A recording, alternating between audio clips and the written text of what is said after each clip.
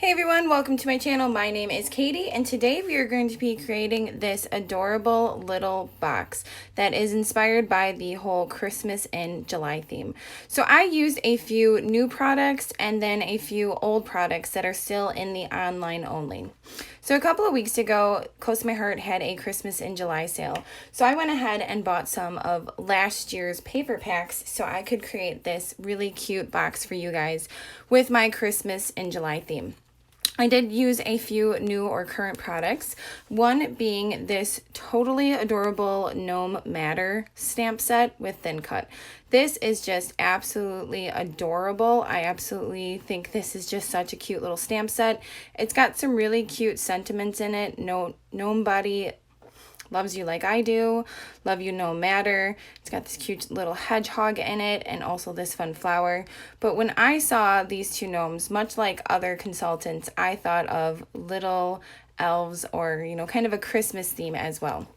So I went ahead and did all the stamping, coloring, and cutting ahead of time. But I just wanted to show you kind of more or less a close-up of what I did with the gnome. And I used the shin hand markers, and I used the red, the black, and the gray. And as you can see, when you stamp out the little gnome, this little flower piece is attached.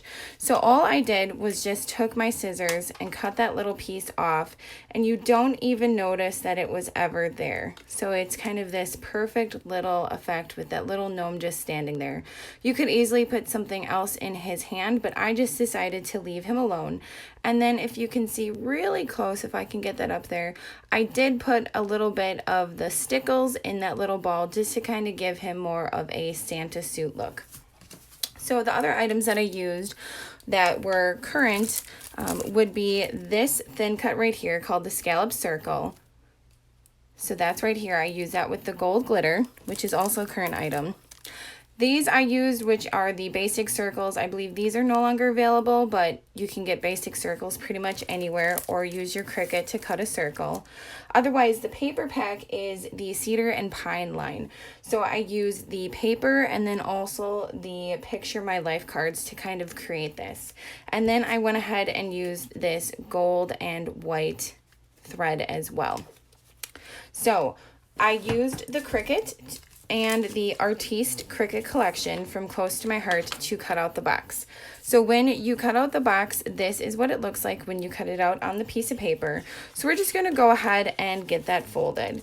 So I'm just going right on the lines that the Cricut scored for me, and then just using this little Cricut tool like I did in my other box videos just to kind of get a nice sharp edge. So this box is also from the Artiste collection. And it is a really nice size box. It gives you a good amount for little treats that you could use, and with any paper, you could easily use this for a birthday gift box. This could be for a baby shower, bridal shower. This could be for, any kind of treat, holiday, special occasion kind of thing. I didn't get it right on the line. Let's see here. There we go. There's the line. And the Cricut does score the lines, like I said, for you. And I have the Cricut Maker, and I know I said last time that what I found was that the actual scoring stylus worked better than the scoring wheel for the Close to My Heart paper. And this is just the B&T paper. This is not the cardstock, so this is a lighter weight paper, and it actually works really well on the cardstock as well. The stylus works really well on the Close to My Heart cardstock too. So if you don't have the maker and you don't have the scoring wheel, the stylus works just as well. So this one folds very similar to the other ones that I created. You just kind of fold that flap in, and then these two pieces right here just kind of fit right into each other. So these boxes were designed where gluing really wasn't necessary, but you could obviously glue the box together. There we go, that seemed a little easier. You could obviously glue it together just to kind of give it a more sturdy base, and you would just glue this to there. And again, just kind of folding it right into the sides. Kind of got to get the right angle and then it fits perfectly. And then this piece right here, oh, I forgot to fold these. There is a line right here that you fold on the top part as well. I'll just go ahead and get that folded, kind of just use my nails to get a nice sharp edge. Go ahead and fold those pieces down as well. And then that's kind of how it sits together. And you use these two pieces right here on this side and then on the other side to just kind of fold it in and hold itself together. So I kind of folded on the wrong line on this one, so I'm just going to go ahead and use this side as the front for it. So this is the box, and as you can see, it's a pretty decent size. Just kind of for comparison, again, this is that scraper from Cricut, so you can see kind of the size difference. You could definitely fit a good amount of goodies, and like I said, you could really use this depending on the paper for any occasion. So then I went ahead and I cut out, like I said, the scallop circle in the gold glitter paper. Then I used that basic circle to just cut out the circle. This fits perfectly inside. And then I cut out, like I said before, the cute little gnome. It comes with the thin cuts as well. So I stamped it, cut it out, and then colored him. And just wanted to show you real quick what I used. So this was the Picture My Life cards that are in the Cedar and Pine collection, which is the collection that I'm using. Again, currently still available from last year's Christmas collection. So these two pieces came from it. So I cut out the circles from this green piece, and then I just cut a strip down the side. This was a 4x6. I cut a strip down the side, and I'm going to cut it out to make it a banner for the sentiment. So here's, I guess, another close-up of the original where I just kind of made it look almost like a little gift tag that says special delivery. Now that special delivery stamp set comes from another retired stamp set, but still available online, and it is called Nobody or Like Nobody Elf. And it does not want to focus on this for some reason, but Like Nobody Elf, and this was actually the Holly Jolly card making kit stamp set. So I'm just going to go ahead and get that inked up and just kind of show you how I made the cute little gift tag. Just gonna use this backing that comes with all the stamp sets just so I can get a nice crisp edge. So I'm not gonna go all the way to the edge because I do want to use my hole punch. Actually, I don't like how I didn't do that center. I'm going to